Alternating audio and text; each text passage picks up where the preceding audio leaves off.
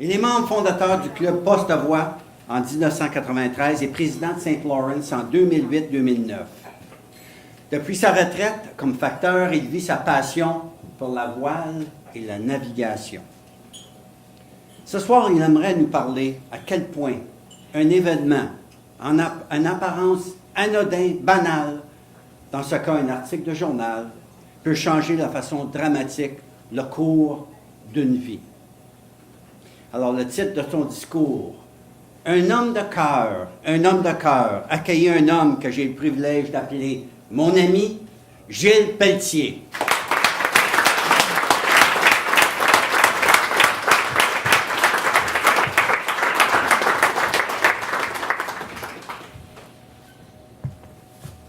Le poète québécois Félix Leclerc disait « L'enfance est un bagage que l'on traîne avec soi toute sa vie. » Monsieur l'animateur, distingués invités, chers collègues, les plus beaux souvenirs d'enfance, c'est quand je voyais revenir mon père du travail dans sa rutilante Plymouth, Bourgogne, 1954.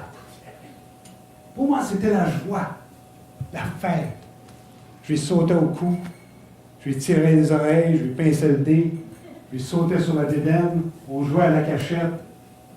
Et quand c'était l'heure du dodo, je m'endormais le ventre plein. J'étais à l'abri du foie, j'avais un toit, j'avais un père, j'avais une mère, j'étais aimé. Et j'avais la certitude que ni le bonhomme 7 heures, ni l'abominable homme des neiges, ni même l'ineffable Pampan ne pouvaient quoi que ce soit contre moi. Parce que mon père, c'était le plus fort, c'était mon héros, c'était mon exemple. Fin des années 60, c'est le divorce. Posté devant la fenêtre du salon, j'ai vu partir mon père avec ses 2 sacs verts pour toujours. Je n'ai pas cherché à le retenir, je n'ai pas cherché à le suivre, je n'ai pas cherché même à convaincre ma mère de revenir sur sa décision. Parce que dans ma tête, c'était clair. C'était lui le coupable. En 1969, on ne divorçait pas dans l'amiable. En 1969, on jouait au hockey sur des patinoires extérieures à moins 28 Fahrenheit. Il y avait 4 postes de télévision, le 2, le 6, le 10 et le 12. Et quand on divorçait, ça prenait un coupable. Aujourd'hui, les jeunes jouent au hockey dans des arénas chauffés. Il y a 364 postes de télévision. Et quand on divorce, ça prend un avocat, un comptable, un psychologue et surtout, un bon barman. Mon père n'était ni violent, ni alcoolique, ni fainéant, mais il y avait cette pépite de Damoclès au-dessus de ma tête, cette phrase qui résonnait dans ma tête et que j'entendais autour de moi. Surtout, arrange-toi pas pour ressembler à ton père. Arrange-toi pas pour ressembler à ton père. Arrange-toi pas pour ressembler à ton père. Mon père, mon héros, mon exemple. 17 ans plus tard, je suis assis à une terrasse. Il fait beau, la vie est belle, les femmes sont belles. Cappuccino à la main, je lis le journal. Et je tombe sur un article qui me jette littéralement par terre. Chaque année, à la morgue de Montréal, des dizaines de personnes décédées ne sont pas réclamées. Ces gens sont sans enfants, sans famille, sans amis. Ça déclenche en moi un désir profond, puissant, insoupçonné. À partir de ce moment, je n'ai qu'un seul but. Retrouver mon père. J'entreprends des recherches auprès du ministère des Affaires sociales. J'avais 34 ans, ça faisait 17 ans que je n'avais pas vu mon père. Alors j'entreprends des recherches au ministère des Affaires sociales. Et quelques semaines, je le retrouve. Et c'est là que je réalise à quel point ce lien est viscéral, précieux, puissant. L'été suivant, je lui envoie une carte postale de Terre-Neuve.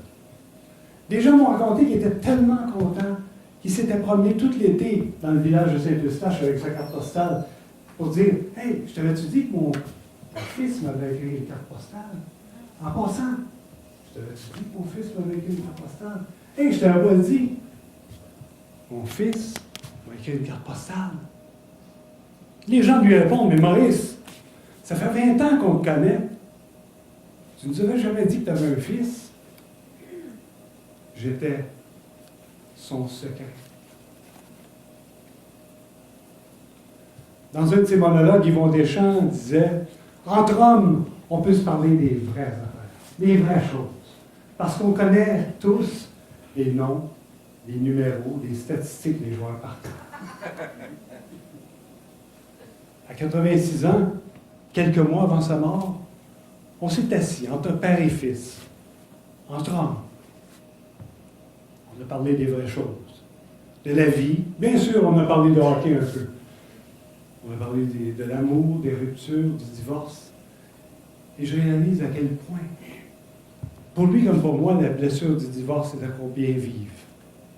Je réalise à quel point, trop longtemps, je l'avais jugé à travers le prisme de préjugés. Trop longtemps, j'avais été injuste envers lui, et trop longtemps, j'avais été injuste envers moi-même.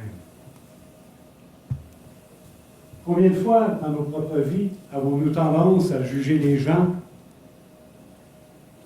selon des désirs, des candidatons, des rumeurs, alors que la sagesse et la maturité, n'est-ce pas, de juger les gens selon nos propres critères, nos propres valeurs et surtout notre propre expérience.